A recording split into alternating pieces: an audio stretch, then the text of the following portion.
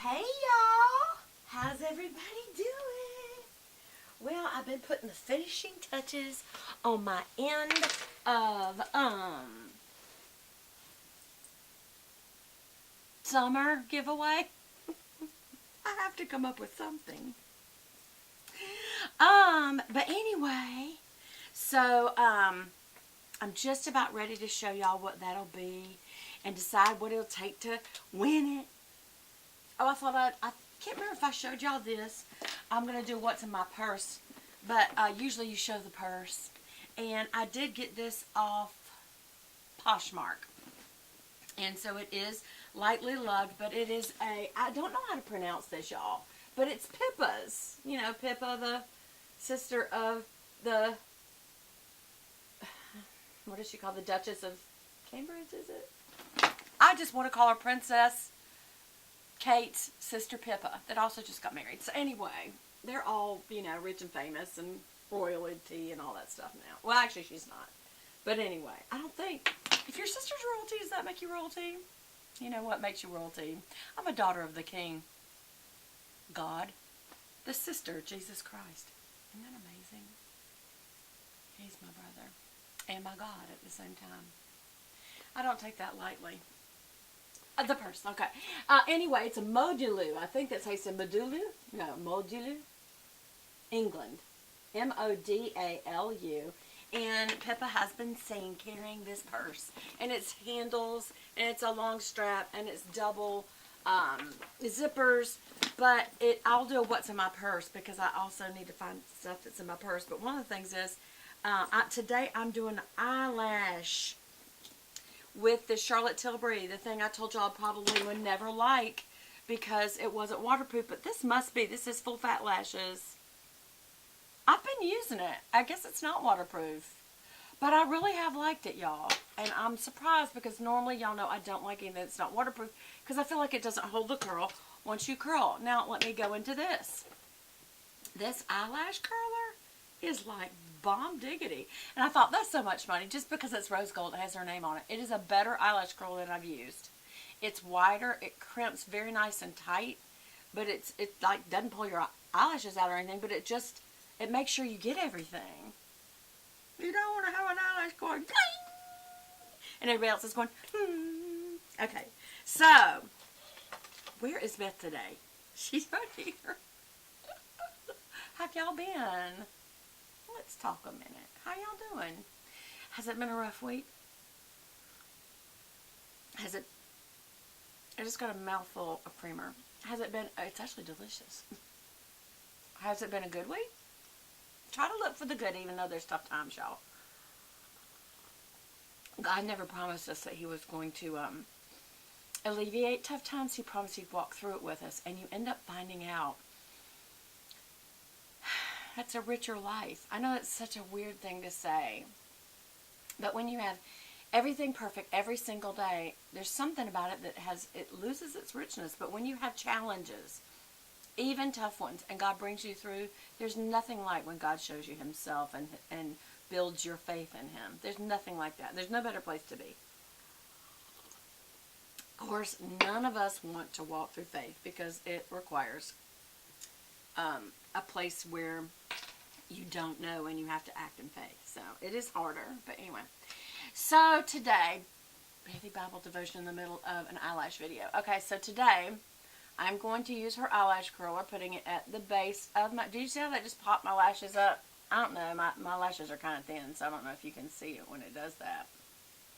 But anyway, when you put the base metal on your lid and lightly press the lash and keep the eyelash curler open, the lashes will naturally pop up, and that's when you clamp down on them. And see, this one has got such a nice wide, it's just wider than usual ones, I think. I need to hold it next to another one and see, but it just, I don't know, it just seems to be better, y'all. And I was not looking for that in this. I purely got it because I was getting a huge haul, as y'all saw from a previous video, of Charlotte Tilbury stuff. And I mean huge. I mean, I spent a fortune. I don't know what I was thinking. I act like I'm rich sometimes. Look how good this eyeliner is today. That's the DHC. I love M Cosmetics too. I think they're like neck and neck. Alright, so here is this. Why is that black right there? Oh, I sweat. Or something.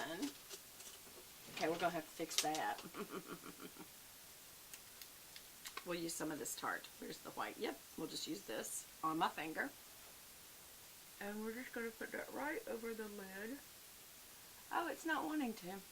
Oh, well. It's pretty anyway. I guess it don't like that. It don't. Listen to me. I talk like I don't have an education. Even the public school system is a good education. That's what I have. I'm sweating.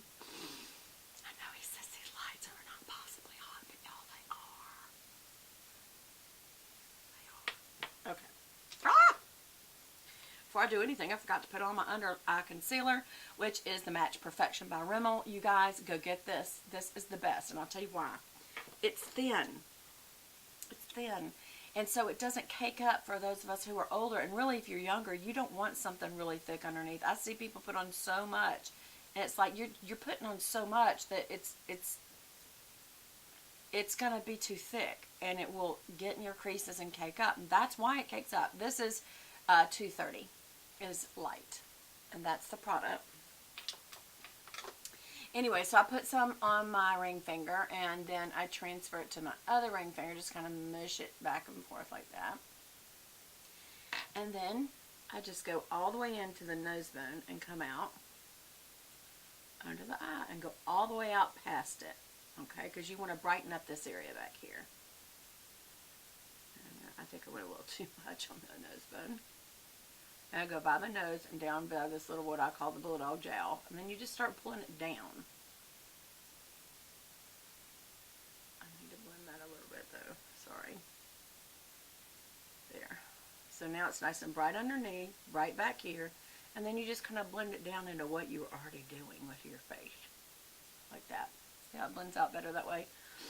It's kind of like the triangle underneath, but I feel like it's, and there, you know, is it a miracle worker? No, I don't think any concealer is, unless you have filler done under your eyes, or you have, which, you know, some people do, and that's fine. If you want to do that, that's your beauty thing, and that's what you want to do, go do it. Go do it. I am not that trusting under the knife to go do all that stuff. I don't think. I don't know. Maybe if it got bad enough, I would consider it, because, you know, if it just looked that bad. Or if I just didn't really like, you know, the way it looked, I might do it if I had the money. If I didn't have the money, I couldn't. And that's that. Okay.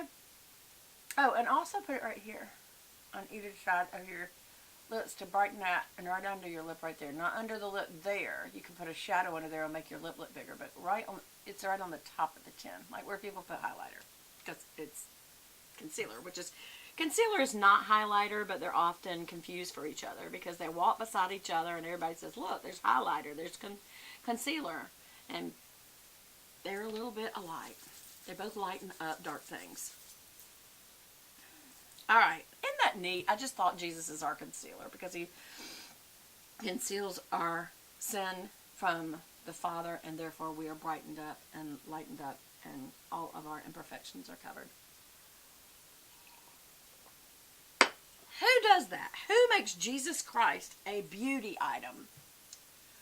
I'm so sorry if it seems irreverent. I don't mean it to be. I just seem to find him in everything I do. So there's always an analogy.